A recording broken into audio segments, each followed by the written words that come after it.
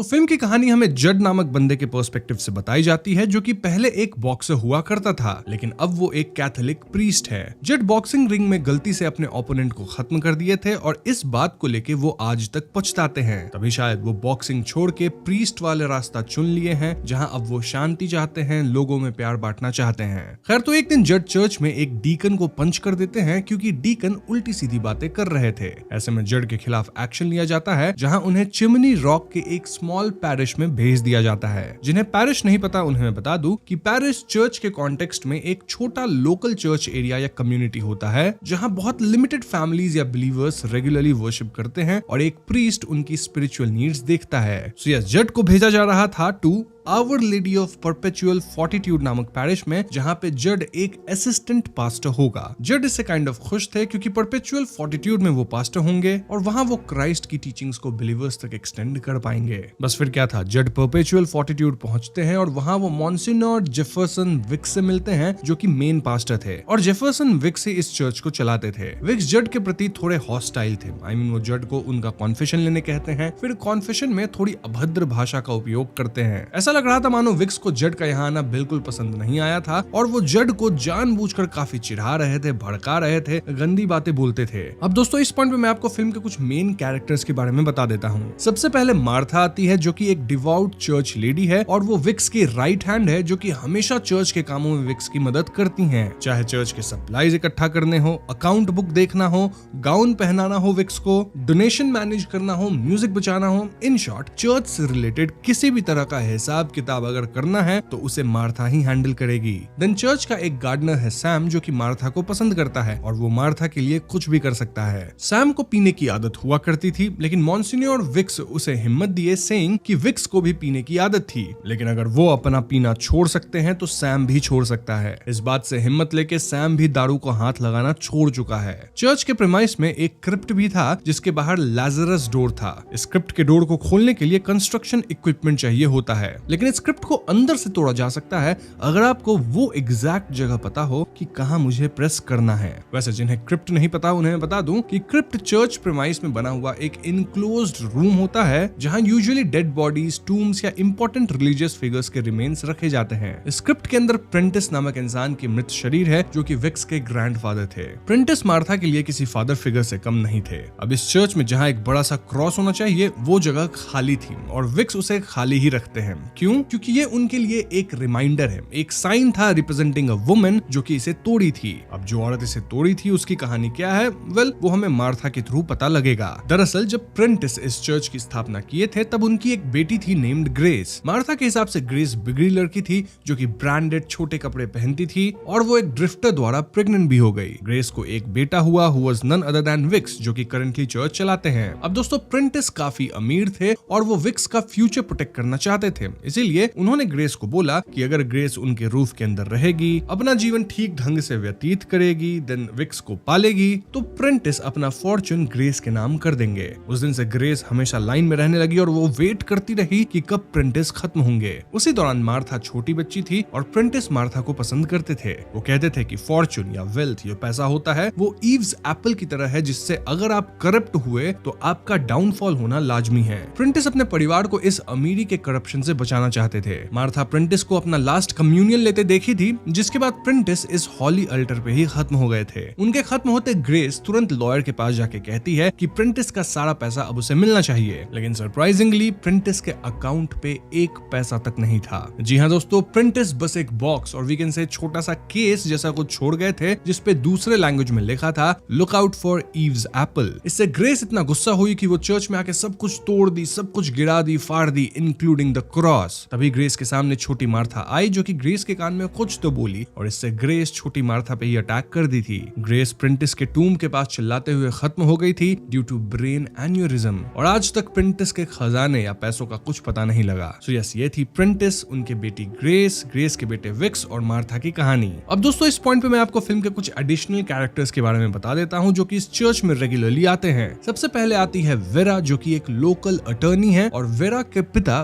Vicks के दोस्त दोस्त और ड्रिंकिंग बडी थे। वेरा के साथ उसका अडॉप्टेड बेटा साई रहता है जो कि पॉलिटिक्स में अपनी जगह बनाने की कोशिश में है, लेकिन वो उसमें बुरी तरह फेल हो रहा है। साई की कहानी कुछ ऐसी है कि जब वेरा काफी यंग थी, मतलब जस्ट लॉ स्कूल से पास करी थी, तो वेरा के पिता एक 10 साल के बच्चे को अपने साथ ले आए और वो कहने लगे कि आज से वेरा इस बच्चे को पाल पोस के बड़ा करेगी। ये बच्चा और कोई नहीं बल्कि साई था और टाउन के लोगों का मानना है कि साई एक्चुअली में वेरा का सौतेला भाई हो सकता है, यानी वेरा के पिता का नाजायज बच्चा। तब से साई की देखभाल वेरा ही कर रही है और साई अब बड़ा हो चुका है और उसका एटीट्यूड थोड़ा थैंकलेस है। खैर, अगला कैरेक्टर है नैट, जो कि टाउन का लोकल डॉक्टर है जिसकी जिंदगी सिर्फ अपनी पत्नी डार्ला के इर्द गिर्द घूमती थी। लेकिन पिछले हफ्ते ही डार्ला नैट को छोड़ दी फॉर सम अदर गाय और वो इनके बच्चे भी साथ लेके चली गई। डार्ला नैट को इसलिए छोड़ी क्योंकि नैट बहुत अमीर और बहुत सक्सेसफुल नहीं था, मतलब एवरेज था, और इस पॉइंट पे नैट अपनी वाइफ को वापस पाने के लिए कुछ भी करेगा। फिलहाल वो काफी पीने लग गया है बिकॉज ऑफ ऑल दिस। अगला कैरेक्टर है ली, जो कि एक साइंस फिक्शन राइटर है और वो काइंड ऑफ सेलिब्रिटी है। ली की कुछ किताबें फेमस हुई थी और 10 साल पहले वो न्यूयॉर्क से इस शहर में आया था to connect with Wicks and his church. तब से ली कुछ खास नहीं लिखा है, इनफैक्ट उसकी किताबें भी अब उतनी नहीं बिकती है। ऑल्दो ली यहाँ विक्स पे एक किताब लिख रहा है जहाँ वो विक्स की टीचिंग और अपनी आइडियाज को मिला रहा है। Now next character is Simone, जो कि टाउन में नहीं है और वो एक वर्ल्ड क्लास चेलिस्ट थी, मतलब वो चेलो बहुत अच्छा बजाती थी। लेकिन 5 साल पहले सिमोन को रिटायर होना पड़ा क्योंकि उसके नर्व में क्रॉनिक दर्द हुआ और अब दर्द इतना है कि वो व्हील चेयर पे ही बैठी रहती है। हालांकि सिमोन थोड़ा उठ के खड़ी हो सकती है, हल्का फुल्का चल सकती है, लेकिन इससे उसे बहुत ज्यादा दर्द होता है और इसीलिए अब वो विक्स के चर्च के साथ कनेक्टेड है to heal herself. Simone Wicks में मानती है और उसे भरोसा है कि विक्स उसे हील कर देगा। नाउ कमिंग टू विक्स, उसका चर्च चलाने का अंदाज थोड़ा अलग है। वो चर्च में हर न्यू कमर के कन्फेशन को सुन के उस पे पब्लिकली बोलने लग जाता है। आई मीन किसी को पॉइंट आउट नहीं करता, लेकिन लोगों के बारे में गंदी हर्टफुल बातें बोलता है। और यही वजह है कि चर्च में ज्यादा लोग आते नहीं हैं, क्योंकि लोग सोच के कन्फेशन करते हैं, अपनी डीपर सीक्रेट्स बताते हैं और विक्स उसे पब्लिक में उछाल के बैश करता है, जो कि ऑफ कोर्स लोगों को पसंद आएगा नहीं। विक्स का अंदाज ऐसा ही है, जहां वो लोगों के सहने की क्षमता को टेस्ट करता है, उन पे वर्बली अटैक करता है एंड इन जनरल विक्स का भाषण काफी भड़कालू और अग्रेसिव होता है। विक्स की सोच भी काफी ज्यादा ऑर्थोडॉक्स है। जड इस तरीका को सही नहीं मानता क्योंकि उसके हिसाब से क्राइस्ट अटैक नहीं करते बल्कि हील करते हैं और सारे प्रीस्ट को वही रास्ता फॉलो करना चाहिए। ऐसे में जड एक दिन चर्च के कोर ग्रुप को, यानी वही लोग जिनको मैंने अभी इंट्रोड्यूस किया है, उन्हें अपने साथ बात करने बुलाता है और ये चीज किसी को पसंद नहीं आती, इंक्लूडिंग मार्था। सब कहने लगते हैं कि जड विक्स के खिलाफ जा रहा है और विक्स के कोर ग्रुप को भड़का रहा है। मार्था जड पे सबसे ज्यादा भड़कती है और बातों बातों में जड कहता है कि अगर मार्था को विक्स पे इतना ही भरोसा है तो अपने डीपेस्ट डार्केस्ट सीक्रेट को विक्स के साथ शेयर क्यों नहीं करती। ये सुन के मार्था अपनी लॉयल्टी प्रूव करने के लिए उसी वक्त विक्स के पास जाती है और अपनी एक डीपेस्ट सीक्रेट उससे शेयर कर देती है, मतलब कन्फेशन करती है। हम देखते हैं कि ये सीक्रेट सुन के विक्स काफी हिल गए थे। खैर, विक्स अपना रेगुलर खेल खेल ही रहे थे, जहां वो जड के सामने कुछ गंदे कन्फेशंस करके उसे भड़काते रहते थे और जड भी कहने लग गया था कि कैसे वो विक्स के तौर तरीकों को सही नहीं मानता। ऐसे में विक्स एक दिन जड को पंच भी करते हैं और वो फिर से नए तौर तरीकों को लेके भड़कीली बातें बोलते हैं। हम ये भी समझ पाते हैं कि साई हमेशा अपने फोन में रिकॉर्डिंग्स करता रहता है, मतलब विक्स के स्पीच को रिकॉर्ड करता है और ये भड़कीला भाषण वो यूट्यूब पे डालता है फॉर हिज पॉलिटिकल मोटिव्स। उसका अपना एक यूट्यूब चैनल है, ऑल्दो उस चैनल पे या उसके वीडियोस पे उसे 100 व्यूज भी ढंग से नहीं आते हैं। खैर, उस रात विक्स अपने कोर ग्रुप को बुलाकर कुछ तो चिल्ला चिल्ला के बोल रहे थे जब जड वहां पहुंचते हैं। जड के आते सभी लोग जड को घूर के देखते हैं और विक्स जड पे एक किताब फेंकता है। जड को ऐसा लगता है कि सब उसके अगेंस्ट ही बात कर रहे थे और ऐसे में जड यहाँ अकेला फील करने लग गया था। वो तुरंत लोकल बार में जाता है और वहाँ के लैंप से वुल्फ शेप का एक हुक होता है ना, हेड, वो निकालता है। देन वो वापस चर्च पे जाता है और ये वुल्फ हेड जो था वो चर्च पे फेंकता है, जिससे चर्च का एक शीशा टूट जाता है। खैर, अगले दिन चर्च में विक्स अपने कोर ग्रुप के सामने अपना भाषण देते हैं, जिसके बाद जड पोडियम पे कुछ बोलने जाता है। तभी जड को विक्स के गिरने की आवाज आती है और जड पाता है कि स्टेज के बगल वाले स्मॉल क्लोजेट रूम में ही विक्स गिरे पड़े थे। जड तुरंत वहां जाता है और वो पाता है कि विक्स खून से लथपथ थे। जी हाँ दोस्तों, इनफैक्ट विक्स के बैक में एक चाकू से मारा गया था और उसका हेड वही वुल्फ हेड हुक था जो कि पिछली रात जड चर्च में फेंका था। जस्ट दैट इसका कलर लाल हो चुका था। विक्स खत्म हो चुके थे और ये देख सभी का शक सीधा जड पे जाता है, क्योंकि स्टेज पे सिर्फ विक्स और जड थे। इनफैक्ट जिस छोटे क्लोजेट रूम में विक्स खत्म हुए थे उसके अंदर जाने का सिर्फ एक ही रास्ता था, जहाँ कोई और था ही नहीं। जड और विक्स की बनती भी नहीं थी, तो सब तुरंत जड को ब्लेम करते हैं कि वही विक्स के साथ कुछ तो किया है। इस घटना के तुरंत बाद पुलिस चीफ जेराल्डीन अपनी टीम के साथ आती हैं और उनका भी कंक्लूजन था कि ये जड के अलावा कोई और कर ही नहीं सकता, क्योंकि उस वक्त स्टेज और क्लोजेट रूम के पास सिर्फ जड ही विक्स के साथ था और चर्च में बाकी लोग थे देखे वो क्लियरली देखे कि बाकी कोई वहां था ही नहीं। जड कहता है कि वो विक्स को खत्म नहीं किया है और ऐसे में एंट्री होती है बेनुआ ब्लांक की, जो कि एज डिटेक्टिव इस केस को लेते हैं। ब्लांक जड से पहले एक नॉर्मल इंसान की तरह चर्च में मिलते हैं, जिससे वो कंफर्म कर लेते हैं कि जड के अंदर बहुत ज्यादा गम है, यानी कि वो विक्स को खत्म तो नहीं किया है। तो अब ये पता लगाना है कि आखिर ये इम्पॉसिबल कत्ल किया कैसे गया और ये किसने किया। ब्लांक जड के साथ इस पे काम करते हैं और सबसे पहले विक्स की बॉडी को चेक किया जाता है। देन ब्लांक और जड उस बार में जाते हैं जहां से जड वो वुल्फ हेड निकाला था और वहां बार की पुरानी फोटो और करंट कंडीशन को कंपेयर करके ब्लांक को कुछ तो खास दिखता है जो कि बाकी नोटिस नहीं कर पाते। अब ब्लांक को क्या दिखा वो मैं आपको आगे बताऊंगा। फॉर नाउ बार वाला कहता है कि ये वुल्फ हेड लाल कैसे हो गया, मतलब जो पुलिस लेके आई थी, जो पुलिस के हिरासत में थी, वो wolf head. For now Blanc सोच रहे होते हैं कि अगर जड कातिल नहीं है तो ये क्राइम लिटरली इम्पॉसिबल प्रतीत होता है, जैसे किताब हॉलो मैन में हुआ था। यहाँ की सिचुएशन वैसे ही थी। ये सुन के फादर जड कहते हैं कि मार्था और बाकी कोर मेंबर्स एक्चुअली एक बुक क्लब में पार्टिसिपेट करती हैं और वहाँ कुछ डिटेक्टिव नॉवेल्स रीड किए जाते हैं। ब्लांक तुरंत इन नॉवेल्स की लिस्ट निकलवाते हैं जड से, जिसमें काफी जाने माने डिटेक्टिव नॉवेल्स थे, जैसे कि the hollow man, Whose Body, The Murders in the Rue Morgue, The Murder of Roger Ackroyd, The Murder at the Vicarage। Basically इन किताबों को पढ़ना इज लाइक अ सिलेबस जिसे पढ़ के कोई भी कत्ल करने की तैयारी कर सकता है। इसके बाद ब्लांक चर्च में उस स्पॉट पे जाते हैं जहां कत्ल हुआ था और वो 3 पॉसिबिलिटीज बताते हैं। पहला कि विक्स को किसी डिवाइस की मदद से मारा गया है, मतलब कि जैसे तीर छोड़ा जाता है ना कमान से, वैसा ही कुछ रिमोट ऑपरेटेड डिवाइस होगा जो कि चाकू को लॉन्च किया होगा और वो विक्स को लग गया होगा। लेकिन इट्स नॉट पॉसिबल, वरना कोई तो चाकू को हवा में विक्स तक जाते देख लेता। वहां ऑडियंस में कई लोग बैठे थे। सेकंड पॉसिबिलिटी इज कि विक्स को क्लोजेट के अंदर खत्म किया गया, लेकिन क्लोजेट में आने जाने का सिर्फ एक रास्ता था एंड सीसीटीवी फुटेज कंफर्म्स कि कोई अंदर बाहर गया ही नहीं, मतलब बाहर के एरिया को तो सीसीटीवी कवर कर ही रही थी। सो थर्ड पॉसिबिलिटी इज कि चाकू पहले से ही क्लोजेट में छिपाया गया था, जिसे एक रिमोट से ट्रिगर किया गया, some sort of radio frequency remote. उसी से विक्स की मौत हुई और यही शायद पॉसिबिलिटी है, वरना हमें फोर्थ ऑप्शन की तरफ जाना होगा जहां शायद जड ही विक्स को खत्म किया है और सारा नाटक कर रहा है। वैसे यहाँ चीफ जेराल्डिन बताती हैं कि क्लोजेट के अंदर कुछ छोटे पतले रेड थ्रेड्स मिले थे। खैर इसके बाद जड सीधा सैम के पास जाते हैं जहां जड थोड़ा फ्रस्ट्रेटेड थे क्योंकि मार्था और बाकी कोर मेंबर्स उसे ही कातिल मान रहे थे। सैम बताता है कि कत्ल के वक्त उसकी एक गेम ब्रॉडकास्ट रिकॉर्ड हो रही थी जिसे वो टेप कर लिया है। ये सुनकर जड सोचता है कि अगर थर्ड पॉसिबिलिटीज है जहां कत्ल एक radio signal controlled remote device से किया गया है, तो वो रेडियो सिग्नल सैम के वीसीआर टेपिंग से इंटरफेयर करा होगा और उस पॉइंट पे फुटेज थोड़ी सी डिस्टर्ब हुई होगी। बस फिर क्या था, जड उसके टेप को लेके जाते हैं और वाकई में एक पर्टिकुलर टाइम स्टैम्प पे टेप में डिस्टर्बेंस थी। इस टेप की टाइमिंग साई के फुटेज की टाइमिंग से मिलाया जाता है। साई एक्चुअली कत्ल वाले दिन चर्च में रिकॉर्डिंग कर रहा था ऑफ द एंटायर सेशन, तो वहां भी कुछ टाइम स्टैम्प्स थे। तो जब ये दोनों टाइम स्टैम्प्स मिलाया जाता है तो इससे पता चलता है कि radio signal controlled remote device को विक्स के खत्म होने के थोड़ी देर बाद ट्रिगर किया गया था, लाइक कुछ सेकंड्स बाद। ना ये कैसे पॉसिबल हो सकता है, क्योंकि अगर चाकू इसी डिवाइस से लॉन्च किया गया था तो विक्स पहले कैसे खत्म हुए और सिग्नल उनके खत्म होने के कुछ सेकंड बाद क्यों आया। इस डिस्कवरी से केस और भी उलझ जाती है। इस पॉइंट पे ब्लांक जड को कत्ल वाले दिन की सारी डिटेल्स एक डायरी में लिखने कहते हैं।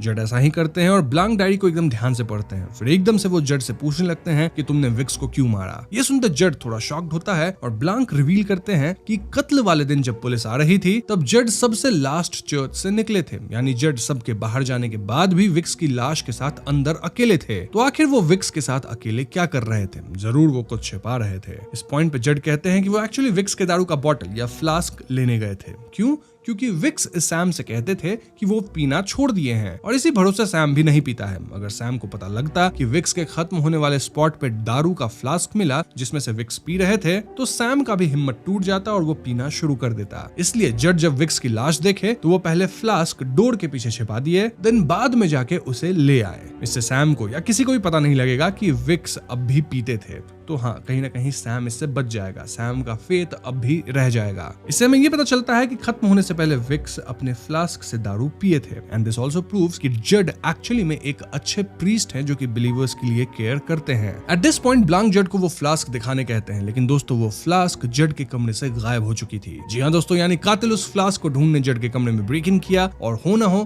कत्ल में उस फ्लास्क का इस्तेमाल जरूर किया गया है। खैर अगले दिन क्रिप्ट को खोला जाता है और विक्स की लाश को क्रिप्ट में बंद कर दिया जाता है। देन फिर से स्क्रिप्ट को लॉक किया जाता है। इस इवेंट के बाद ब्लांक और जड बाकी कोर मेंबर्स और मार्था से सवाल करने लगते हैं कि उस रात ये विक्स से क्या बात कर रहे थे जब जड आया था और विक्स उस पे किताब फेंका था। सब बात घुमाने लगते हैं कि तभी साई आता है और वो कहता है कि वो पूरा सेशन रिकॉर्ड किया है जो कि वो ब्लांक और जड को दिखा सकता है। ये सुनकर सभी के चेहरे का रंग उड़ जाता है और ब्लांक एंड जड तुरंत साई को एक कमरे में ले जाते हैं और कमरे को अंदर से लॉक करते हैं। देन ये लोग फुटेज देखना शुरू करते हैं, वहीं बाकी लोग दरवाजा पीट रहे थे। तो विक्स के उस मीटिंग में काफी खतरनाक बातें हुई थी। शुरुआत होती है वेरा से, जो कि उस मीटिंग में रिवील करती है कि साई एक्चुअली में विक्स का बेटा है जिसे आज तक वो पाल रही थी। जी हाँ दोस्तों, विक्स जो कि अपनी माँ ग्रेस के चरित्र तक के बारे में गंदी बातें बोलता था, उसका खुद का एक बेटा है who is none other than Cy. Vera को ये बात एक फर्म द्वारा मालूम पड़ा जहाँ विक्स साइन किए थे कि साई के बायोलॉजिकल फादर वही हैं। इस बात पे ग्रुप में झगड़ा शुरू होता है, लेकिन वेरा के अलावा सभी काइंड ऑफ अब भी विक्स के ही पक्ष में थे। इनकी बहस को सुन के विक्स कहते हैं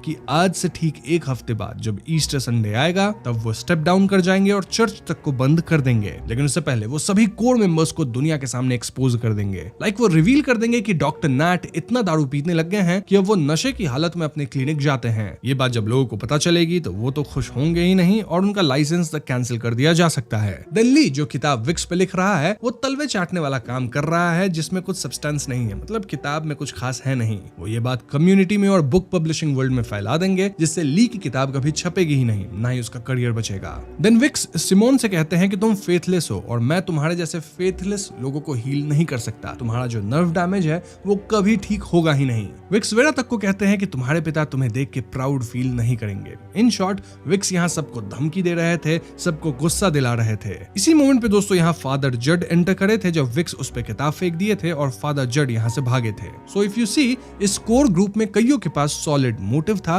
कि वो विक्स को खत्म कर दे। नाउ प्रेजेंट में जड साई से पूछता है कि आखिर विक्स अपने कोर ग्रुप को ही क्यों धमकाए, और साई कहता है कि उन्हें साई ही ऐसा करने को कहा था। साई को जब पता लगा कि विक्स उसके पिता हैं, मतलब इस मीटिंग से कुछ ही घंटे पहले साई को पता लगा था, तो साई विक्स से मिलने गया और वो प्लान किया कि वो विक्स के साथ मिलके, मतलब अपने पिता के साथ मिलके एक पॉलिटिकल एम्पायर खड़ा करेगा जिसके फेस विक्स ही होंगे। और क्योंकि विक्स भाषण देने में तो तेज है ही, खास करके वो भड़कीला भाषण बहुत अच्छा देते हैं, तो शायद लोग उनसे कनेक्ट करें और विक्स फ्यूचर में देश के प्रेसिडेंट तक बन जाए। इफ इन्हें इस पाथ पे चलना है तो विक्स को ये जो कोर ग्रुप है ना उसे अपने आप से अलग करना होगा, क्योंकि ये कोर ग्रुप सिर्फ लीचेस की तरह है जो कि विक्स को स्लो डाउन करेंगे, इसलिए इन्हें भड़का के दूर करना बेहतर है। यही वजह है दोस्तों कि विक्स उस रात अपने कोर ग्रुप के सभी मेंबर्स को भड़का रहे थे, खुद भी स्टेप डाउन करने की बात कर रहे थे। But the question here is कि अगर विक्स पॉलिटिक्स में साई के साथ जाते हैं तो उनके पॉलिटिकल मोटिव को फंड कौन करेगा? वेल, इस पे विक्स कहते हैं कि उन्हें अपने दादाजी प्रिंटिस का फॉर्चून मिल गया था जिससे पूरा पॉलिटिकल कैंपेन आराम से फंड हो जाएगा। साई बताता है कि अब तो विक्स खत्म हो गए, लेकिन प्रिंटिस के खजाने के बारे में वो साई को कुछ भी नहीं बताए थे।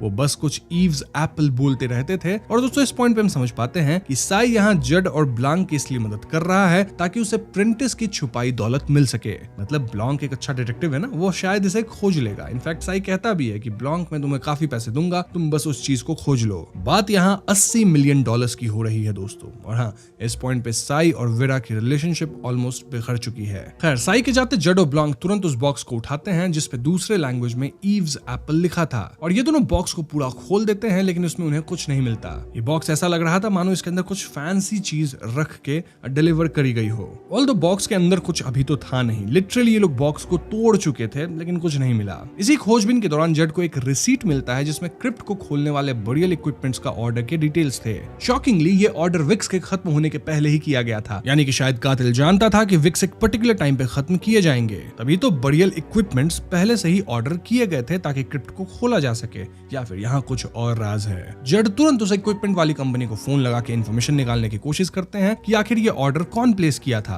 कंपनी से लुइस फोन उठाती है जो कि बताती है कि वो डिटेल्स फाइंड आउट करके शाम तक बताएगी। बात के दौरान ही लुइस फादर जड के साथ अपनी पर्सनल प्रॉब्लम शेयर करने लगती है, क्योंकि फादर जड चर्च के प्रीस्ट हैं और फादर जड कॉल पे ही लुइस की काउंसलिंग शुरू कर देते हैं। काफी देर बातचीत करने के बाद फादर जड ब्लांक से कहते हैं कि वो अब इस केस को सॉल्व करने में इंटरेस्टेड नहीं है, क्योंकि उनका काम केस सॉल्व करना नहीं, रादर लोगों की मदद करना है। ब्लांक जड को रोकने की कोशिश करते हैं, लेकिन जड यहाँ से निकल लेते हैं। जड के जाते चीफ जेरल्डीन आती है जो कि कहती है कि इस केस को हमने जल्द ही निपटाना होगा, और अब तक फादर जड ही प्राइम सस्पेक्ट है। क्यों? क्योंकि वही विक्स के साथ क्लोजेट में अकेले गए थे और वही विक्स को खत्म किए होंगे। दूसरी तरफ फादर जड चर्च के क्रिप्ट की तरफ जा रहे होते हैं, जहां एकदम से वो देखते हैं कि क्रिप्ट टूटता है और अंदर से विक्स निकलते हैं। जी हाँ दोस्तों, जड को अपनी आंखों पे भरोसा नहीं होता और तभी एक दूसरा बंदा लालटेन लिए आता है। देन विक्स जंगल की तरफ जाते हैं और वहाँ विक्स और उस लैंटर्न लिए बंदे के बीच हाथापाई हो जाती है। जड दौड़ते हुए लड़ाई रोकने जाते हैं और ये सब पास के जंगल वाले एरिया में हो रहा था। वहाँ जड फिसल के गिरते हैं। जैसे ही जड जंगल के अंदर जाते हैं, कोई तो उन्हें मुक्का मारता है और आगे जड को सिर्फ फ्लैशेस दिखती हैं जहाँ विक्स थे और जड के हाथ में चाकू था। जड बेहोश हो जाते हैं और जब जड की आंख खुलती है तो उनके हाथ में चाकू था और उसी चाकू से सैम को खत्म किया गया था। जी हाँ दोस्तों, इस पॉइंट पे जड को लगने लगता है कि शायद वही सैम को खत्म किए हैं और ऐसे में जड भागते हैं।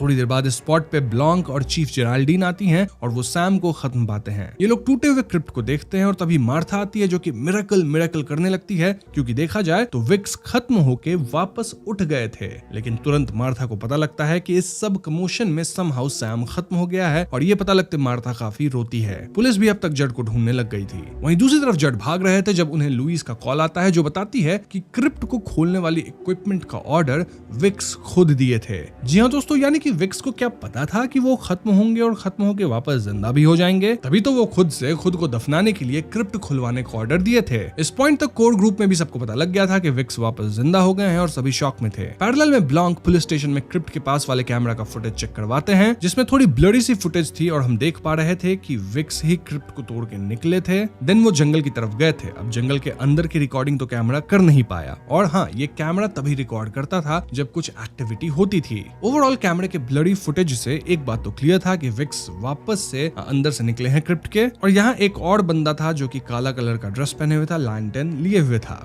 बट द क्वेश्चन इज कि यहाँ सैम कब आया और उसे कौन खत्म किया गया? क्या वो काले क्लोक वाला बंदा, लैंटर्न वाला बंदा सैम ही था? ये सब हम व्यूअर्स के दिमाग में चल ही रहा होता है कि तभी पुलिस स्टेशन में जड आते हैं जो कि अपने आप को सरेंडर करने आए थे, क्योंकि जड को लग रहा था कि उनके हाथों ही सैम खत्म हुआ है। लेकिन इससे पहले कोई पुलिस वाला जड को देखता, ब्लैंक उन्हें खींच के अपने कार में ले जाते हैं और सीधा डॉक्टर नैट के घर पे जाते हैं। नैट के घर के बेसमेंट में एक बाथ टब था जिसमें एसिड भरा हुआ था और विक्स की लाश वहां थी दोस्तों, जिनका हाथ उस एसिड वाले बाथ टब में था। एसिड को ड्रेन करने पे अंदर एक और लाश निकलती है जिसकी सिर्फ हड्डी बची थी। इस पॉइंट तक केस पूरी तरह से कॉम्प्लिकेटेड हो चुका था, लेकिन ब्लॉन्क को पता चल चुका था कि कातिल कौन है। ब्लॉन्क को यहाँ एक सेडेटिव की छोटी सी बोतल भी दिखती है जिसकी हाई डोज से इंसान खत्म भी हो सकता है। खैर, तो इसके बाद ब्लॉन्क, जड, चीफ जेराल्डीन, मार्था और कोर मेंबर्स चर्च में आते हैं जहां ब्लॉन्क सारे राज खोलना शुरू करते हैं। वैसे मैं बता दूं कि कोर मेंबर्स में से डॉक्टर नैट यहाँ नहीं थे। सो ब्लॉन्क बताते हैं कि जिस दिन विक्स खत्म हुए थे उस दिन क्लोजेट में जाने के बाद वो खत्म नहीं हुए थे, रादर सिर्फ बेहोश हुए थे।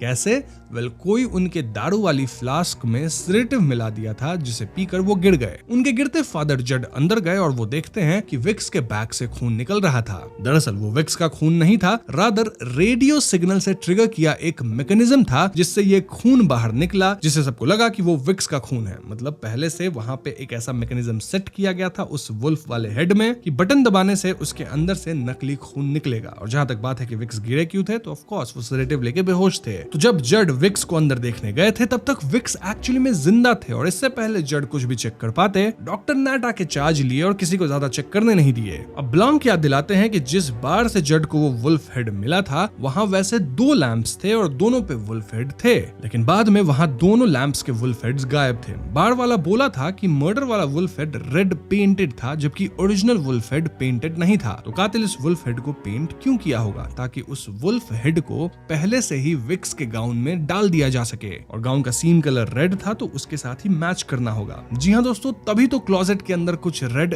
थ्रेड्स भी मिले थे, क्योंकि इन्हीं थ्रेड से उस हेड को गाउन के अंदर सिला गया होगा। तो हाँ, इस तरह से आप समझ गए कि कैसे विक्स को बेहोश किया गया, देन कैसे उस हेड के अंदर से खून वहां निकाला गया एक रेडियो सिग्नल, एक रिमोट डिवाइस की मदद से। इस पॉइंट पे विक्स बेहोश पड़े हैं और सबका ध्यान इधर उधर हो रहा है, तो डॉक्टर नैट सबको इधर उधर करते हैं और वो सिला हुआ वुल्फ हेड हटा लेते हैं। उसी से वहां पे रेड थ्रेड्स मिले थे जो कि टूट के निकल गए होंगे। देन नैट ही चाकू से विक्स को खत्म किए उसके बाद और फिर वुल्फ हेड चाकू में लगा के वहां से निकल लिए। इसलिए दोस्तों, जब रेडियो सिग्नल को टाइम स्टैम्प से कंपेयर किया गया था तो ये सिग्नल विक्स के गिरने के कुछ देर बाद का था, क्योंकि रेडियो सिग्नल से नकली खून निकालने का काम किया गया था, ना कि चाकू चलाने का। प्लान में बस प्रॉब्लम ये हुआ कि नैट को अब विक्स का दारू वाला फ्लास्क भी निकालना था, मतलब जिसमें बेहोशी की दवा मिलाई गई थी, लेकिन उस फ्लास्क को तो जड पहले ही डोर के पीछे छिपा दिए थे। जड इसे क्यों छिपाए थे वो तो मैं आपको बता चुका हूँ, और बाद में जड वापस जाके इस फ्लास्क को ले लिए। इसलिए जड के रूम से इस फ्लास्क को कातिल बाद में निकाला, क्योंकि काइंड ऑफ ये एक क्लू था। ओवरऑल ब्लॉन्क यहाँ सबको क्लियरली बता देते हैं कि विक्स का इम्पॉसिबल कत्ल कत्ल कैसे पॉसिबल किया गया था, और ये कत्ल और कोई नहीं बल्कि डॉक्टर नैट ही किया था।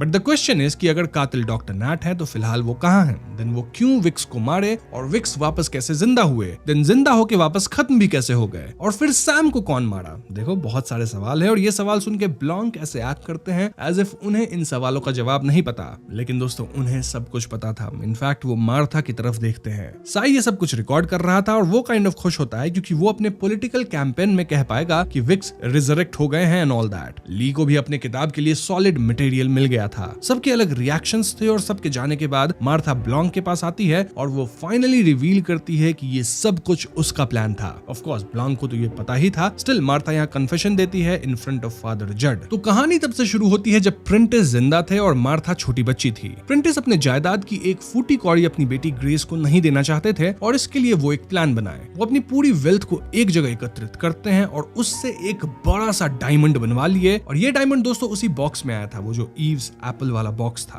और उस बॉक्स को देख के ब्लॉन्क समझ गए थे कि इसके अंदर ही वो डायमंड आया होगा और वही शायद खजाना है। एनीवेज, तो जब प्रिंटिस को ये डायमंड मिला तो वो अपने लास्ट कम्युनियन के टाइम इस डायमंड को निगल लिए थे, जिससे वो खत्म हो गए। क्यों निगल गए? क्योंकि वो नहीं चाहते थे कि उनका खजाना किसी के भी हाथ लगे। अब ये डायमंड के निगल लेने वाली बात सिर्फ मार्था को पता थी, क्योंकि प्रिंटिस ये सब उसके सामने ही किए थे। मार्था एक काफी रिलीजियस बच्ची थी और वो प्रण ले लेती है कि वो ये बात किसी को नहीं बताएगी। मीनवाइल ग्रेस को पता लगा कि उसके नाम 1 रुपया भी नहीं आया तो वो आग बबूला हो गई। लेकिन ग्रेस वो ईव्स एप्पल वाला बॉक्स डिजाइन को देख के समझ गई थी कि जरूर प्रिंटिस अपना पूरा पैसा इस्तेमाल करके एक डायमंड बनवाए होंगे। उसी डायमंड को खोजते हुए ग्रेस पूरे चर्च को तोड़फोड़ करी थी, क्योंकि वो गुस्सा होकर तोड़फोड़ नहीं कर रही थी, रादर वो डायमंड खोज रही थी। बच्ची मार्था उस रात ग्रेस के कान में बोली थी कि ग्रेस को कभी भी डायमंड नहीं मिलेगा, और मार्था को पता है कि प्रिंटिस डायमंड को कहां छिपाए हैं। यही सुन के ग्रेस छोटी मार्था पे हमला की थी। खैर, इसके बाद ग्रेस खत्म हो गई और प्रिंटिस की बॉडी को क्रिप्ट में डाल दिया गया, जहां उनका बॉडी डिके हुआ और डायमंड उनके शरीर के अंदर ही क्रिप्ट के अंदर अब तक बंद था। ये सीक्रेट इतने सालों तक सीक्रेट रहा अंटिल उस दिन तक जब जड मार्था को कन्फेस करने के लिए चैलेंज किया टू विक्स। जोश जोश में मार्था अपना डीपेस्ट सीक्रेट विक्स को बता दी, यानी विक्स को डायमंड के बारे में पता चल गया। मार्था को लगता था कि भले विक्स थोड़े सनकी हैं, लेकिन वो एक अच्छे प्रीस्ट हैं। लेकिन दोस्तों विक्स खुद लालची निकले और डायमंड का पता लगते वो प्लान करने लगे कि वो क्रिप्ट खुलवा के डायमंड निकाल लेंगे। इसलिए तो वो क्रिप्ट खुलवाने के लिए इक्विपमेंट्स ऑर्डर कर दिए थे। देखा जाए तो प्रिंटिस की बात सही हुई कि ये कर्स्ड खजाना था जिससे किसी का भी ईमान हिल सकता था। तभी मार्था प्लान की कि वो विक्स को निपटा देगी। मार्था सोची कि वो खुद पहले उस डायमंड को चुरा लेगी और उसे हमेशा के लिए खत्म कर देगी, यानी कहीं फेंक देगी, ताकि कोई भी इस डायमंड को कभी ले ही ना सके, क्योंकि ये डायमंड लोगों को करप्ट करता है। वो एक ऐसा प्लान बनाई जिससे विक्स का खत्म होना होली मिस्ट्री बन जाए, जिसे कोई सॉल्व ही ना कर पाए। सो विक्स को खत्म करने के लिए वो डॉक्टर नैट की मदद ली। मार्था विक्स को वो गाउन पहनाई जिसमें वो वुल्फ हेड सिला हुआ था। एंड देन कत्ल कैसे हुआ ये तो मैंने आपको एक्सप्लेन कर ही दिया है। आगे के प्लान में क्रिप्ट के अंदर विक्स की लाश की जगह मार्था अपने लवर सैम को डाली, जो कि उसके लिए कुछ भी कर सकता था। सैम की मेकअप और ड्रेस बिल्कुल विक्स जैसी करी गई और प्लान ये था कि देर रात सैम उठेगा, डायमंड निकाल लेगा, फिर क्रिप्ट को अंदर से तोड़ के, मतलब उस खास जगह पे पुश करके तोड़ेगा, बाहर निकलेगा। और मार्था को पता था कि वहां एक कैमरा है जो कि मोशन को कैप्चर करता है, थोड़ी ब्लडी फुटेज आती है, तो इसमें ये सब चीज कैप्चर भी हो जाएगा और हम कह पाएंगे कि विक्स रिजरेक्ट हो गया। नाउ सैम जो कि विक्स के रूप में था, उसके सामने हम एक ब्लैक क्लोक और लैंटर्न लिए आदमी को भी देखे थे। वो और कोई नहीं बल्कि डॉक्टर नैट था, जिसे कैमरे में देख के ऐसा लगेगा कि वहां सैम था इन ब्लैक क्लोक, क्योंकि कैमरे में फेसेस तो दिख नहीं रहे थे। और फिर सैम बाद में बोलेगा कि हाँ मैंने विक्स को जिंदा होते देखा है। लेकिन दोस्तों यहीं पे मार्था का जो प्लान था वो कहीं ना कहीं फ्लॉप हुआ। दरअसल डायमंड देख के नैट करप्ट हो गया और वो सैम को खत्म कर दिया ताकि वो खुद डायमंड लेके उसे बेच ले। नैट सोचता है कि मार्था तो डायमंड को फेंक देगी, ये बर्बाद हो जाएगा, क्यों ना मैं ही से रख लूं, इससे मैं ही सारे पैसे कमा लूं, क्योंकि जो पैसा आएगा उससे नैट काफी अमीर बन जाएगा और उसके अमीर बनने के बाद शायद उसकी जो वाइफ थी वो उसकी जिंदगी में वापस आ जाए। तभी सबके दौरान जड वहां आ गया था, जो कि अगेन प्लान के विपरीत हो गया। नैट जड को पंच करके बेहोश कर दिया और उसे ऐसे सुला दिया एज इफ जड ही सैम को खत्म किया होगा। यहाँ सैम अपने कपड़े बदल भी लिया था, अपने ओरिजिनल क्लोथ्स में था, खत्म भी हो चुका था सैम, जिसे नैट ही मारा, लेकिन जड को ऐसा लगेगा कि वो सैम को खत्म किया। नाउ जब मार्था को पता लगा कि सैम खत्म हो चुका है तो वो समझ गई कि नैट मार्था को धोखा दे दिया है,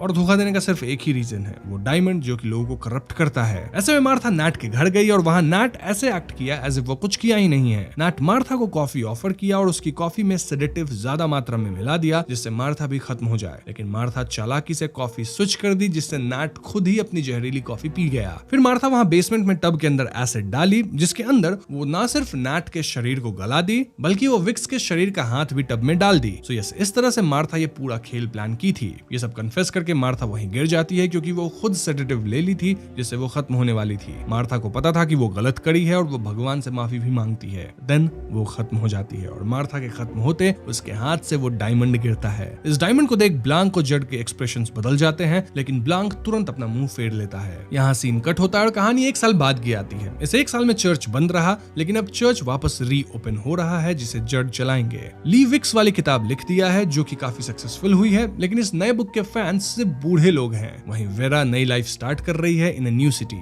सिमोन एक्सेप्ट कर ली है कि शायद वो हील नहीं करेगी। स्टिल अब वो अपने पेन के थ्रू ही वापस चलो बजाने लगी है। वहीं साई जड और ब्लैंक के पीछे पड़ गया है क्योंकि साई को लगता है कि इन्हें प्रेंटिस के खजाने के बारे में पता है, लेकिन जड और ब्लैंक उसे कुछ बताते ही नहीं। साई इन्हें लीगली थ्रेटन कर रहा है। वो बार बार चर्च प्रेमिस को सर्च करवाता है, लेकिन उसे डायमंड या फिर किसी भी तरह का खजाना नहीं मिलता है। हम देखते हैं कि फाइनली जड एक क्रॉस खुद से कार्व करके चर्च में लगाते हैं और दोस्तों इसी क्रॉस के अंदर वो डायमंड जड छुपा के रख दिए हैं। यहीं पे wake up dead man film खत्म हो जाती है जो कि एक नाइव्स आउट मिस्ट्री है। तो दोस्तों ये थी फिल्म की पूरी कहानी और स्टोरी यहाँ ऑलरेडी पूरी तरह से कवर्ड है। स्टिल मैं अब कुछ एडिशनल डिटेल्स पे बातें करूंगा। अगर हम इस फिल्म की कोर थीम की बात करें तो रियान जॉनसन ने एक बार फिर दिखाया है कि कैसे ग्रीड यानी लालच किसी भी इंसान के मोरल कंपस को पूरी तरह से तबाह कर सकता है। लालच में ही ग्रेस, नैट, विक्स सब गलत रास्ते पे चले और खत्म हो गए। लेकिन इफ यू नोटिस मार्था का कैरेक्टर यहाँ सबसे कॉम्प्लेक्स है क्योंकि वो एक डिवाउट चर्च लेडी के रूप में दिखाई गई है। उसका मोटिव पैसा बिल्कुल नहीं था,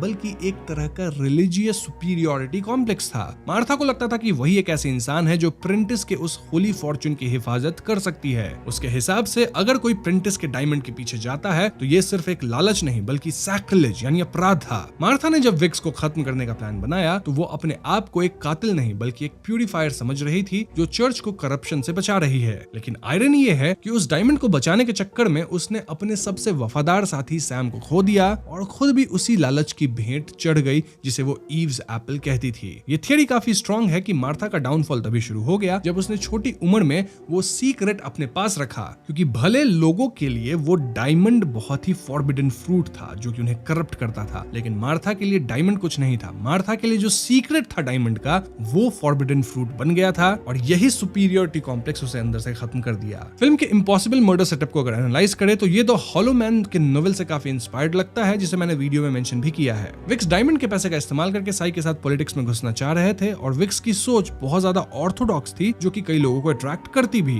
तभी तो विक्स एक हफ्ते में ही चर्च बंद करने वाले थे, लेकिन उससे पहले ही मार्था उसे खत्म कर दी। अपार्ट फ्रॉम दिस एक थ्योरी काफी पॉपुलर है कि फादर जड का बॉक्सिंग बैकग्राउंड सिर्फ एक कैरेक्टर ट्रेट नहीं था बल्कि वो उनके इनर स्ट्रगल को दिखाता है। एक तरफ फिजिकल वायलेंस है मतलब बॉक्सिंग और दूसरी तरफ स्पिरिचुअल पीस है यानी कि प्रीस्टहुड। एंडिंग में जब जड डायमंड को क्रॉस के अंदर छुपाते हैं तो वो दिखाता है कि उन्होंने उस ईव्स एप्पल को न्यूट्रलाइज कर दिया है, लेकिन वो डायमंड वही है जो फ्यूचर में किसी और के लालच को फिर से जगा सकता है। ट्रिविया की बात करें तो फिल्म का title wake up dead man दरअसल U2 के 1997 के एल्बम पॉप के एक गाने से लिया गया है जो कि काफी डार्क और रिलीजियस थीम वाला गाना है। रियान जॉनसन ने इस फिल्म में काफी सारे लिटरेरी रेफरेंसेस छिपाए हैं, जैसे कि वो वुल्फ हेड हुक जो दरअसल पुराने डिटेक्टिव नॉवेल्स में एक कॉमन ट्रोप होता था जहां कातिल अक्सर एनिमल थीम्ड ऑब्जेक्ट्स का इस्तेमाल करता था। देन इस फिल्म में दिखाया गया Our Lady of Perpetual Fortitude church का डिजाइन दरअसल एक लैबिरिंथ यानी भूल भुलैया जैसा है जो बेनुआ ब्लांक के केस सॉल्व करने के तरीके को मिरर करता है। एक और हिडन डिटेल ये है कि बेनुआ ब्लांक ने पूरी फिल्म में जो टाई पहनी है उसका पैटर्न ग्लास ओनियन की एंडिंग में दिखाए गए आग के पैटर्न से मिलती जुलती है और ये उनके पास्ट केसेस की एक सटल लिंक है। ईस्टर एग्स में सबसे बड़ा सरप्राइज है जोसेफ गॉर्डन लेविट का कैमियो जो रायन जॉनसन की हर फिल्म में होता है। कई बार वो इंसान के रूप में नहीं बल्कि पुराने बेल की आवाज में भी हो जाते हैं, लाइक चर्च के बेल की आवाज में या किसी बैकग्राउंड रेडियो अनाउंसर के रूप में हो सकते हैं और ये सब चीज फैंस अक्सर मिस कर देते हैं। साथ ही फिल्म में जो डिटेक्टिव नॉवेल्स की लिस्ट दिखाई गई है वो सभी लॉक्ड रूम मिस्ट्रीज के क्लासिक्स हैं जो रियल लाइफ डिटेक्टिव फैंस के लिए एक बड़ा ट्रीट है। एक इंटरेस्टिंग रेडिट थियरी ये भी है कि साई का कैरेक्टर दरअसल एक मॉडर्न डे ट्रोल को रिप्रेजेंट करता है जो हर चीज को रिकॉर्ड करके क्लाउड पाना चाहता है और ये जो कैरेक्टर है वो पुराने जमाने के क्लासिक कैरेक्टर से एकदम अलग है। एंडिंग में जब जड क्रॉस कार्व करते हैं तो वो एक बड़ा हिंट है कि शायद ये डायमंड अगले पार्ट में किसी नए मिस्ट्री का जरिया बनेगा, क्योंकि कभी ना कभी तो ये डायमंड खोजा जाएगा ही। Now if you look at Benoit Blanc, वो उस डायमंड को देख के इग्नोर कर दिए थे क्योंकि ज्यादा देर उसे देखो तो आप भी करप्ट हो सकते हो, आपके मन में भी लालच आएगा कि $80 मिलियन ले ही लिया जाए। और ये कहीं ना कहीं इस बात को भी प्रूव करता है कि बेनुआ ब्लांक हमेशा ट्रुथ की तरफ जाते हैं। वो ट्रुथ के भूखे हैं, उन्हें सच्चाई चाहिए, पैसा नहीं चाहिए। वेल्थ उनके लिए उतना मैटर नहीं करता।